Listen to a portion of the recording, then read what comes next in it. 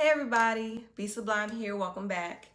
Something that I hear all the time is that customer service is not for everyone, okay? We tend to rate places and people based on their customer service along with other things. And while it may be unbeknownst to many, consumers, guests, patrons, and customers are also rated by employees and companies, okay? Stories of serving others vary from awesome and full of love to atrocious and outright hateful, which makes me wonder whether we as individuals know that we are made to serve.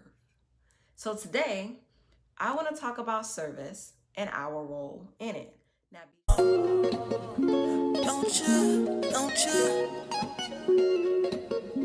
don't you, don't you, don't you give up, no.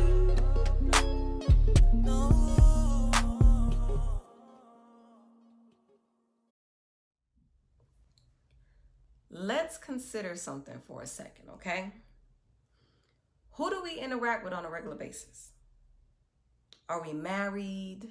Have kids? What about friends? Parents, siblings, extended family, aunts, uncles, cousins.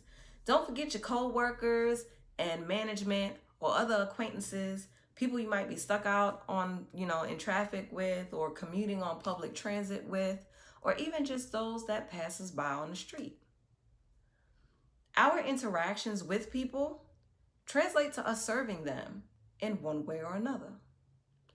Something as simple as answering a question, sharing our time, accomplishing tasks with or for them or for ourselves so that they don't have to, or being courteous enough to stay out of the way when applicable.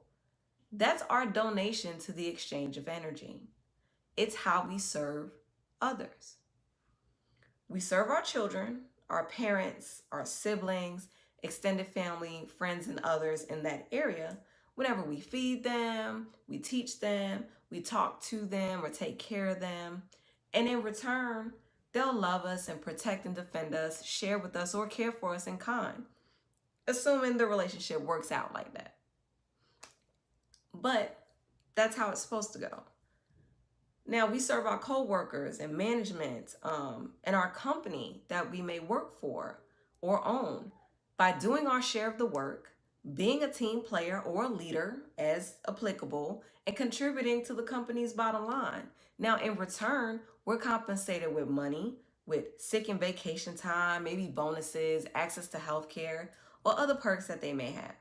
All right? We serve our acquaintances and others that pass us by acknowledging personal space, whether on the street or on the road, by minding our manners when engaging in simple conversation, as we deem necessary or appropriate, depending on the conversation. We don't have to be receiving a paycheck from a job to be providing a service. Now let's take this a step further. We provide a service whenever we're receiving one as well. Okay? How many of us have heard the horror stories about awful patrons, customers, or guests?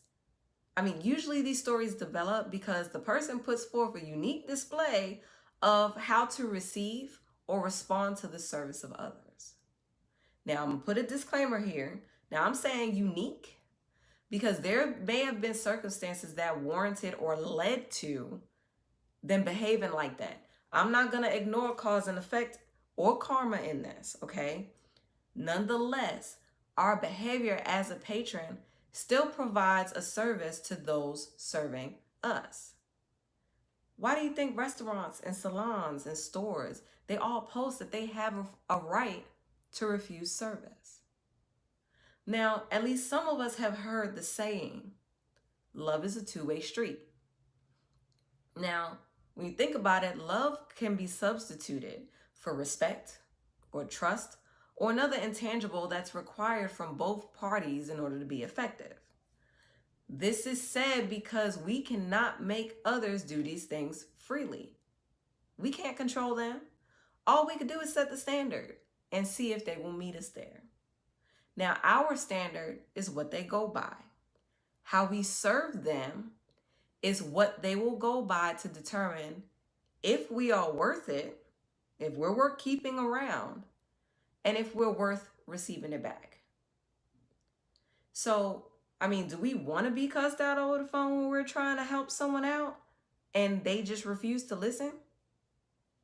Will we want to be spat on for trying to protect a child because their parent ain't paying attention, but doesn't think anything of us, the person protecting their child, to ask what the heck is going on? Or what about being harassed by a customer who just thinks it's okay to rattle the new person or the weaker person or the different person that's behind the counter? Do we want somebody yelling in our face, saying hurtful things and being abusive to trigger us into unwanted actions because we chose to show restraint? I don't know about y'all, but I sure don't. And most of us, if not all, don't like that as well. So why am I bringing this up? I'm bringing this up because our society is moving towards being all for self with no regards for others, okay? Yet the same people that are adopting this school of thought aren't understanding why things start to crumble around them as they do, or why they can't get the level of satisfaction that they want with what they have. Now, across many religions and spiritual teachings, we are directed to treat our neighbors as we treat ourselves. Or, said another way, you're going to reap what you sow. Now, to some, these concepts are equivalent to a cause and effect relationship, but in actuality, they're the same. And in applying them in our life, it becomes easier to determine what is and what is not meant for us, be it people or situations. If we normally exude positivity, respect for others, and just a genuine concern for those around us, it's going to stand out when someone that we encounter is similar to us or different from us. If we have spent our journey fighting life's currents to get to where we are, it'll always be easier to identify somebody that shares the same journey or characteristics that we have, or those that are really not about that life. If we're accustomed to picking a certain type of personality in our companions, it becomes easier to filter out those who fit the bill versus those who are different and don't fit it at all. Beyond identifying them, our energy, our interaction, and our services or exchanges, that's what's going to lead them or lead us to a knowing as to whether or not they're going to be beneficial or detrimental to us. Basically, we're going to get what we give, okay? If we want respect, we need to give it. If we want trust, we need to be trustworthy. If you want peace, then stay out of drama and be grateful for what you have. If we want success, we got to work for it. Most of us won't strike gold on the first try, but hey, that's what happens. It's not going to be easy. It's not always going to be easy to get what you want, and most of the time it isn't easy to keep it anyway. More importantly, it's going to require us to embark on a journey where we will have to interact with others to learn life lessons of our own. So, put out the energy that we want to receive. Treat people how we want to be treated. Serve them how we want them to serve us. Now, at times, the caveat to this is more important because people do this and wonder why it's not coming back. But know that our energy can be reflected back to us in ways that indirectly affect us, whether it's positive or negative. It can affect our loved ones instead of us, or our friends, or someone that we are responsible to or responsible for. Even people who don't care what happens to themselves may fight fearlessly and fervently for those that they care about. So let's take this full circle, okay? In order to live the life that we want, we will likely have to interact with others. Interaction requires an exchange of energy, regardless of the purpose. If the energies involved do not match, the exchange will never be even. So someone will always draw a short stick. We can't control what others do, but we don't have to help them justify their actions.